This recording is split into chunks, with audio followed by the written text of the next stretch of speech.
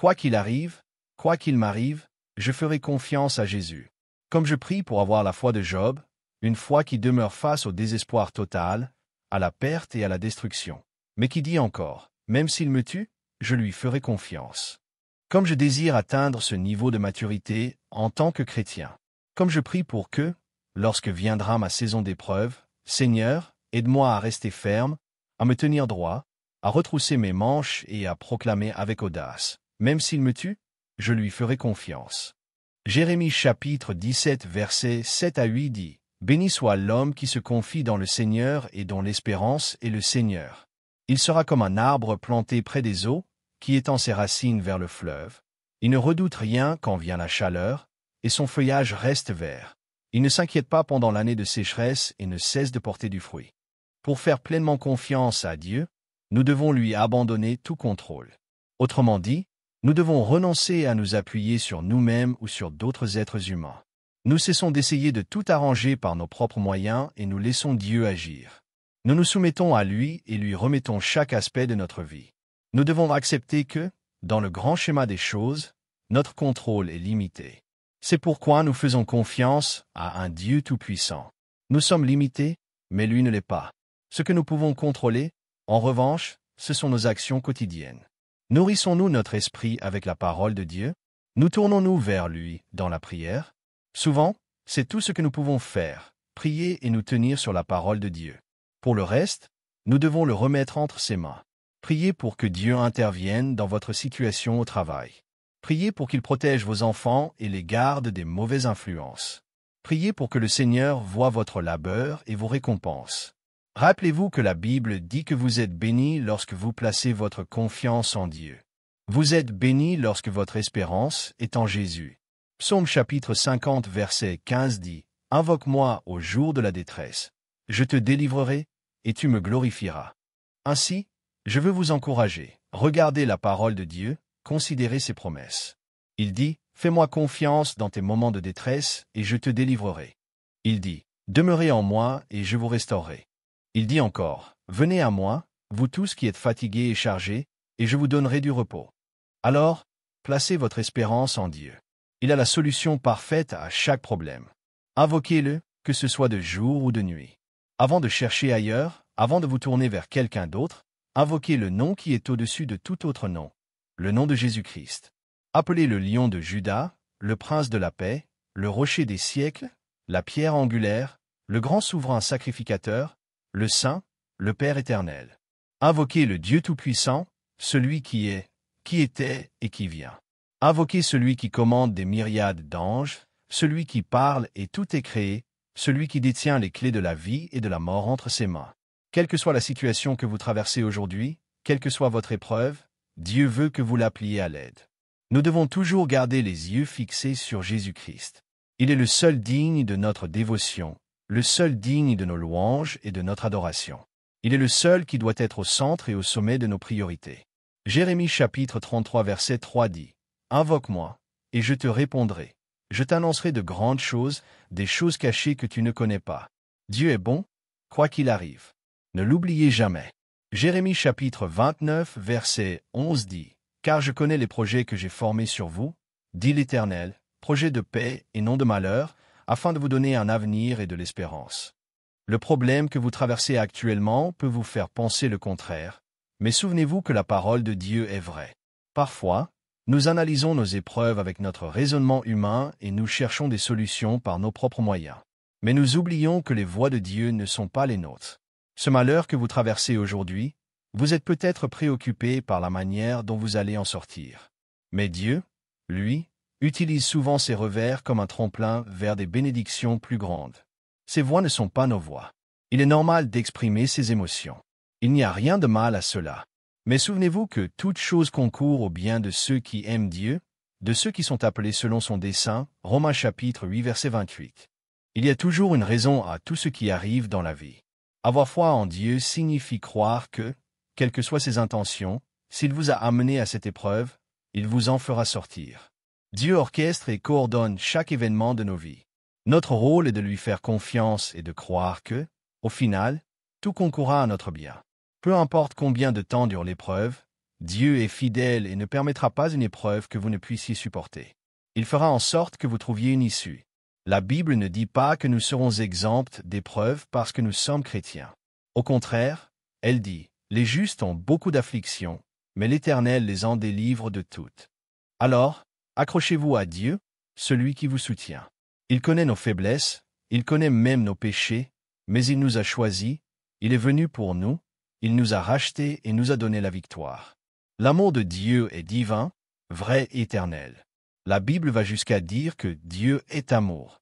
Jean chapitre 3 verset 16 nous dit, « Car Dieu a tant aimé le monde qu'il a donné son Fils unique, afin que quiconque croit en lui ne périsse point, mais qu'il ait la vie éternelle. » L'amour de notre Dieu Tout-Puissant est caractérisé par la grâce, le pardon et la miséricorde. Son amour divin est éternel et inconditionnel. Ce n'est pas un amour que vous devez mériter, car Jésus-Christ a déjà tout accompli à la croix. Je vous dis cela pour que vous réalisiez l'ampleur et la profondeur de l'amour de Dieu pour vous. C'est un amour qui protège, qui pourvoit, qui pardonne. Alors, louez le Seigneur pour sa fidélité. Louez-le pour son amour inébranlable. Aussi profond soit l'amour de Dieu, même lorsque nous sommes incapables de lui être fidèles, il demeure aimant. Romains chapitre 5 verset 8 dit, « Mais Dieu prouve son amour envers nous, en ce que, lorsque nous étions encore des pécheurs, Christ est mort pour nous. » Pensée Y. Alors que nous étions encore dans le péché, Christ est mort pour nous. Alors que nous le rejetions, il nous a aimés. Jean chapitre 15 verset 11 à 13 dit, « Je vous ai dit cela afin que ma joie soit en vous et que votre joie soit complète. Mon commandement, c'est que vous vous aimiez les uns les autres, comme je vous ai aimé. Il n'y a pas de plus grand amour que de donner sa vie pour ses amis. Peut-être avez-vous été abandonné par quelqu'un que vous aimiez. Mais sachez ceci, Jésus-Christ, lui, ne vous abandonnera jamais. Tu as peut-être été trahi par quelqu'un qui, autrefois, disait t'aimer, mais Jésus-Christ ne trahira jamais ta confiance. Mon ami, tu as peut-être été rejeté par quelqu'un dont tu attendais de l'amour. Mais laisse-moi te dire que Jésus-Christ ne te rejettera jamais. Le Seigneur te connaît. Il connaît ton nom, il sait combien de cheveux sont sur ta tête, et il prend soin de toi. Maintenant, avec tout ce que je t'ai dit, je veux que tu comprennes bien mon message dans son contexte. L'amour que Dieu a pour toi est immense, c'est vrai. Cependant, ce n'est pas une excuse pour continuer à vivre dans le péché. Bien sûr, Dieu t'aime, et c'est précisément à cause de cet immense amour qu'il veut que tu te repentes. Il t'aime, et c'est pour cette raison qu'il veut que tu t'appuies sur lui pour obtenir la force et la grâce de mener une vie juste. Quel type de foi as-tu? Dirais-tu que tu as une foi forte ou une foi semblable à celle d'un enfant? Personnellement, j'aime le terme foi enfantine. Bien que ce terme ne soit pas utilisé dans la Bible, je pense qu'il décrit bien le type de foi que nous devons avoir. Nous nous disons tous enfants de Dieu, mais combien d'entre nous dépendent vraiment de lui comme un enfant dépend de son parent? La foi enfantine regarde vers le Seigneur pour tout. Elle se tourne vers lui pour la force, la provision et la protection. Considérons ce que dit la Bible dans Romains chapitre 1 versets 16 à 17. « Car je n'ai point honte de l'évangile de Christ, c'est la puissance de Dieu pour le salut de quiconque croit, du juif premièrement, puis du grec. Car en lui est révélée la justice de Dieu par la foi et pour la foi, selon qu'il est écrit, le juste vivra par la foi. » La foi est un mode de vie. Et si la foi est un mode de vie pour les chrétiens, alors avoir une foi enfantine est essentiel. Lorsque tu imites la foi d'un enfant, tu imites le genre de foi mentionné dans Proverbes chapitre 3 versets 5 à 6. Confie-toi en l'Éternel de tout ton cœur, et ne t'appuie pas sur ton intelligence. Reconnais-le dans toutes tes voies, et il aplanira tes sentiers. Laisse-moi te poser quelques questions. Fais-tu confiance à Jésus pour ta protection et ta sécurité? Fais-tu confiance à Jésus-Christ pour tes besoins quotidiens?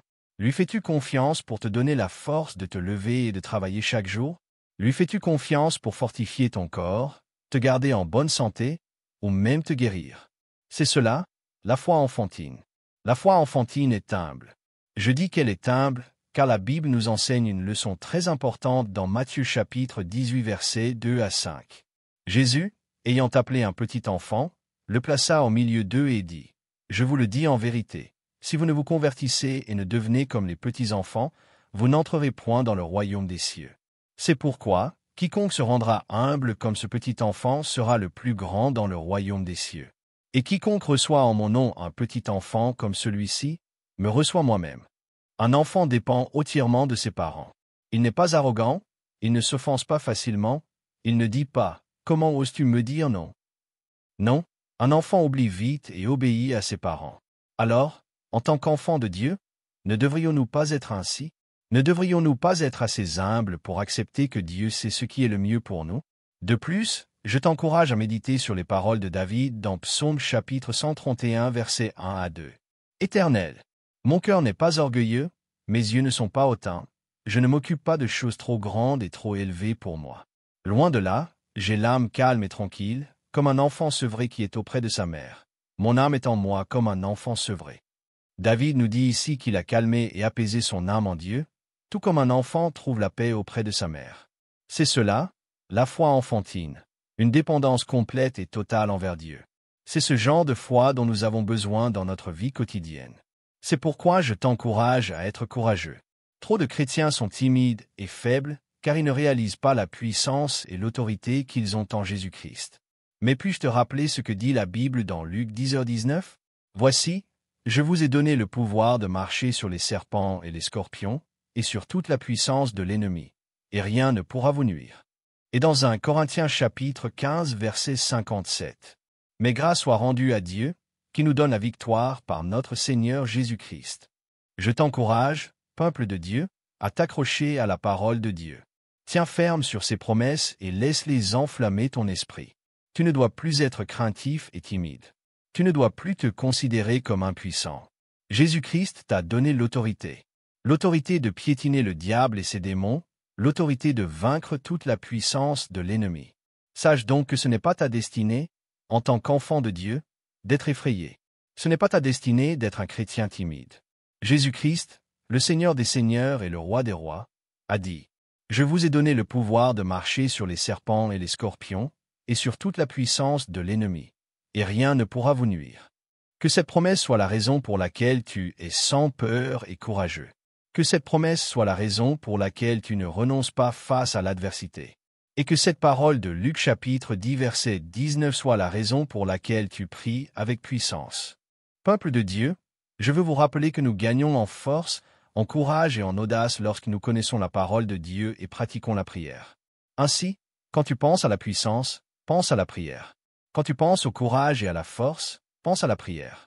Car en tant qu'enfants de Dieu, c'est dans la prière que nous sommes fortifiés. C'est dans la prière que nous sommes revitalisés. Plus de prière, plus de puissance. Si tu veux plus de puissance, prie davantage. C'est exactement pour cette raison que la Bible nous dit de prier sans cesse. C'est pourquoi elle nous exhorte à veiller et prier, de peur d'entrer en tentation, et à persévérer dans la prière. Parce qu'il y a de la puissance dans la prière. La prière nous lie à Dieu. Elle nous donne la force de vivre selon Philippiens chapitre 4 verset 13, qui dit « Je puis tout par celui qui me fortifie ».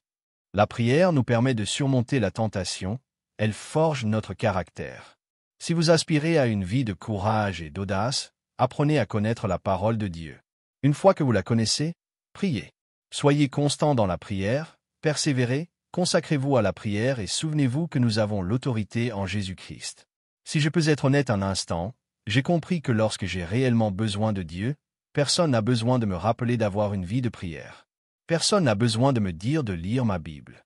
Quand j'ai vraiment besoin de Dieu, je trouve la force de me lever tôt pour prier. Je trouve le temps d'ouvrir la parole de Dieu, malgré mon emploi du temps chargé. Je ressens même le désir de jeûner et de prier, d'attendre le Seigneur jusqu'à ce qu'il me réponde. Mais je dois l'avouer, si je suis totalement honnête, ma faiblesse, c'est la constance. Une fois que mes besoins personnels sont satisfaits, la force que j'avais pour me lever tôt et prier disparaît. La prière devient une lutte. Le temps que je trouvais pour lire la parole de Dieu semble s'évanouir, et je deviens encore plus occupé. Frères et sœurs, mon problème, c'est la constance. Je dois être constant dans la prière, que j'ai besoin de quelque chose ou non. Je dois méditer la parole de Dieu en toutes circonstances. Et vous, êtes-vous constant dans votre marche avec Jésus-Christ? Luttez-vous pour lui donner la priorité chaque jour? Restez-vous fidèle dans la prière?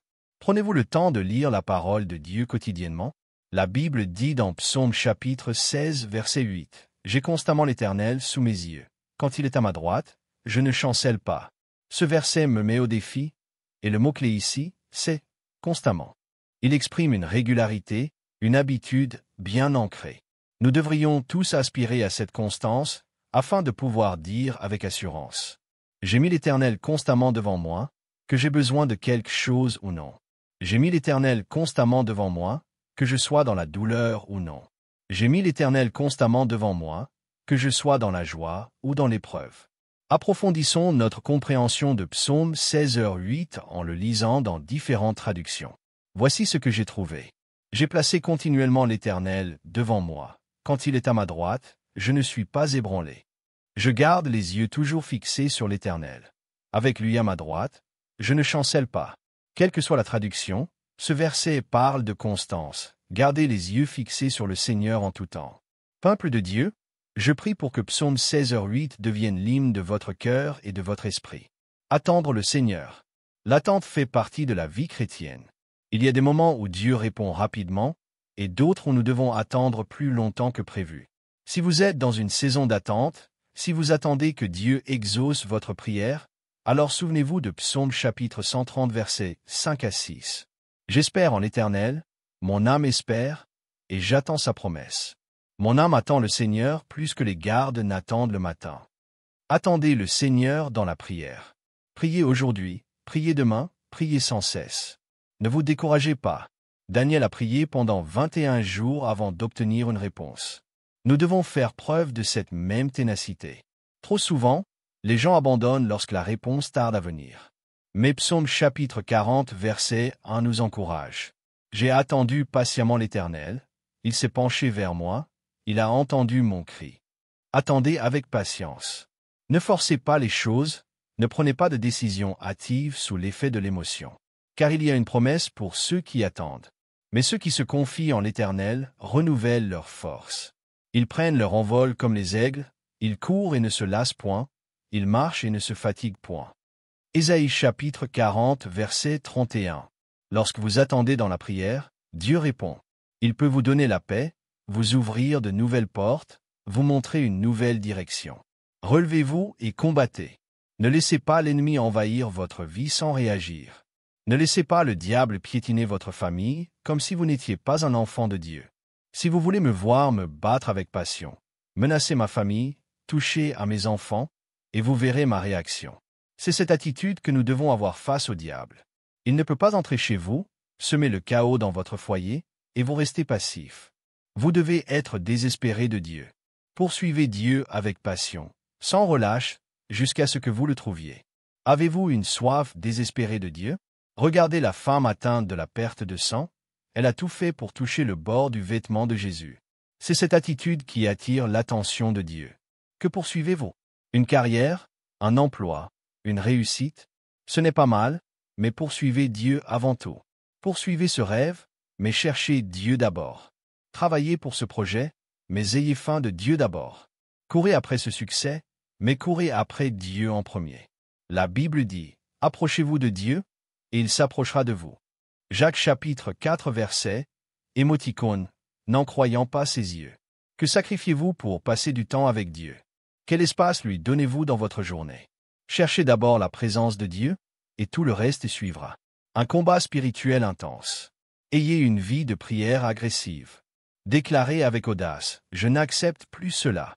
Je me lève et je me bats pour ma famille, mes enfants, mon mariage. » Les prières timides ne suffisent pas. Il faut des prières puissantes, une foi audacieuse.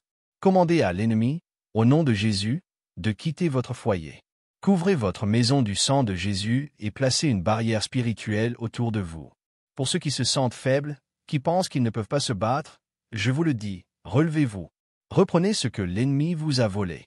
Dieu est avec vous, et aucun démon ne peut l'emporter contre lui. Dieu est fidèle. Je rends grâce à Jésus, car il a été mon défenseur quand l'ennemi voulait me condamner. Il m'a rappelé qu'il n'y a aucune condamnation pour ceux qui sont en lui. J'aime Dieu, car il m'a protégé de dangers que je ne voyais même pas.